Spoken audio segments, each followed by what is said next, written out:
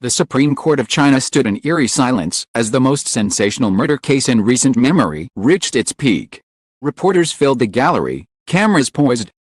Citizens across the nation tuned in to watch the proceedings unfold. Outside the building, thousands of fans and protesters gathered, holding portraits of Menglong and chanting for justice.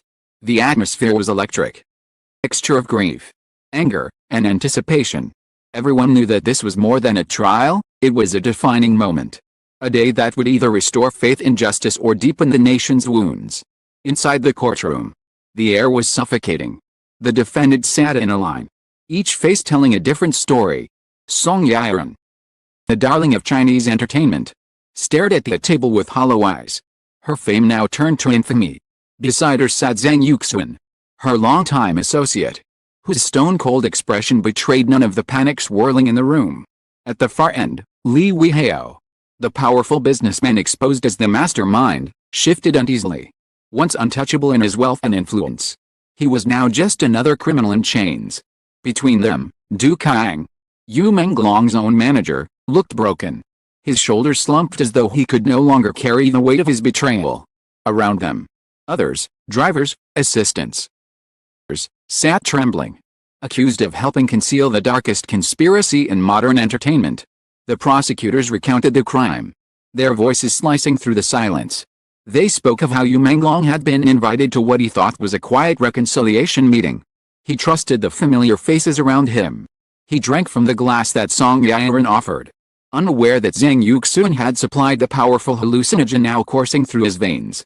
Within minutes, Menglong lost control, stumbling, pleading, trapped in visions that shredded his grip on reality. Witnesses described his cries, his desperate calls for help, and the chilling indifference of those who watched him suffer. The courtroom gasped as prosecutors detailed how Du Qiang, his own manager, had arranged the meeting and quietly accepted money from Li Weihao to ensure no one intervened. Every piece of evidence laid bare a web of deceit. Phone records linked Zhang Yuxun to underground suppliers. Bank transfers revealed Du Qiang's silence was bought with blood money. Surveillance footage showed Li Weihao's men guarding the exits that night. Each revelation struck like a hammer, pounding away at the myth of innocence. The so-called accident was no accident at all, it was murder, orchestrated with precision and cruelty. Song Yiren trembled as her name was called. She tried to maintain composure, but when pressed, her voice cracked and the words spilled into the courtroom. Yes, I gave him the drink. I knew what was inside. The audience erupted, some gasping, others sobbing. Zhang Yuxun remained still, his jaw tight. Truth was already written on his face. The prosecutors declared him the supplier, the shadow figure who had ensured the poison reached Menglong's glass. Then came the moment that shocked even the most hardened observers. Li Weihao, once considered untouchable, directly implicated. Witness testimony described secret meetings, threats, and promises of vast sums of money to anyone willing to silence Menglong. His empire, built on fear and influence, now lay in ruins under the harsh lights of the courtroom. Tested at first, but the evidence was undeniable. His fall from grace was complete, and the nation watched with fascination as one of its most powerful men was stripped of all protection. The defense scrambled to argue that pressure from the industry, instability, and manipulation led to tragedy. But the courtroom no longer listened. The narrative was clear: this was not a single crime of passion but a calculated operation involving celebrities, managers, and businessmen. Menglong's death had not been an accident, it was a silencing, a betrayal, a premeditated act of cruelty. The session drew toward its climax. The judge prepared to speak. The crowd outside roared, sensing that history was about to be made. Inside, every person leaned forward, hearts pounding, for the words that would decide the fate of those who had once walked among the elite. The judge's gavel echoed through the chamber, a signal that the time for excuses had ended. The room froze in silence. The sentencing was about to be revealed. The judge's gavel struck once, twice, and the heavy silence that followed pressed down on every chest in the courtroom. All eyes locked on the bench where the presiding judge sat in solemn authority, his face carved with the weight of the verdict he was about to deliver. Reporters poised their pens. Families clutched trembling hands. And the defendants, once untouchable stars and power brokers, waited for their fate. When he finally spoke, His words carried like thunder, for the crime of premeditated murder in the case of Menglong. This court delivers the following judgment. Names rang out one by one. Song Yiren, Zhang Yuxun, Li Weihao. Followed by the chilling words, death sentence. To be carried out according to law. Gasps tore through the courtroom. Song Yiren broke into uncontrollable sobs. Collapsing against a railing. Her once gilded image now nothing but a shattered shell. Zhang Yuxun sat stone-faced, eyes fixed forward. But his trembling hands betrayed his fear. Weihao shouted in protest. His voice cracking with rage as guards forced him down. The empire he built with money and intimidation crumbling into dust. Then came the others. Du Kang, Menglong's manager, sentenced to life imprisonment without parole. His betrayal cut deepest of all. And when his name was read, Menglong's family openly wept, calling out in anguish. How could you? Around him, the smaller players, assistants, drivers, suppliers, were handed their own life terms. Each a lifetime reminder of the price of complicity. 17 in total condemned to live out their days behind bars. The final gavel strike echoed like a death knell. Telling their fates. Chaos erupted. Some in the audience collapsed in tears. Shouted in anger. While outside the courthouse, news spread like wildfire. On Weibo, #Justice for Menglong surged past 1 billion views within hours.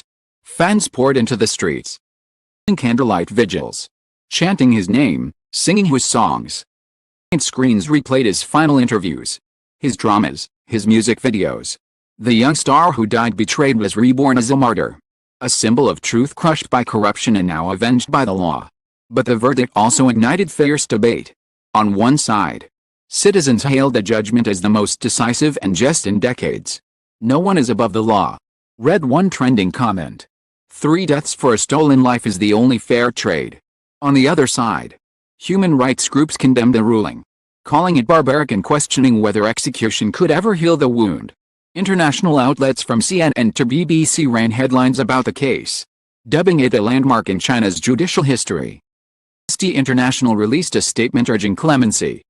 While millions at home pushed back, insisting that anything less would be an insult to Menglong's memory.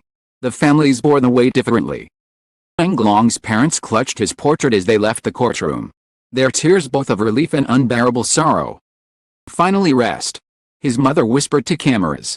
In stark contrast, families of Song Yiren and Zhang Yuxun collapsed on the steps, screaming, pleading for mercy that would never come.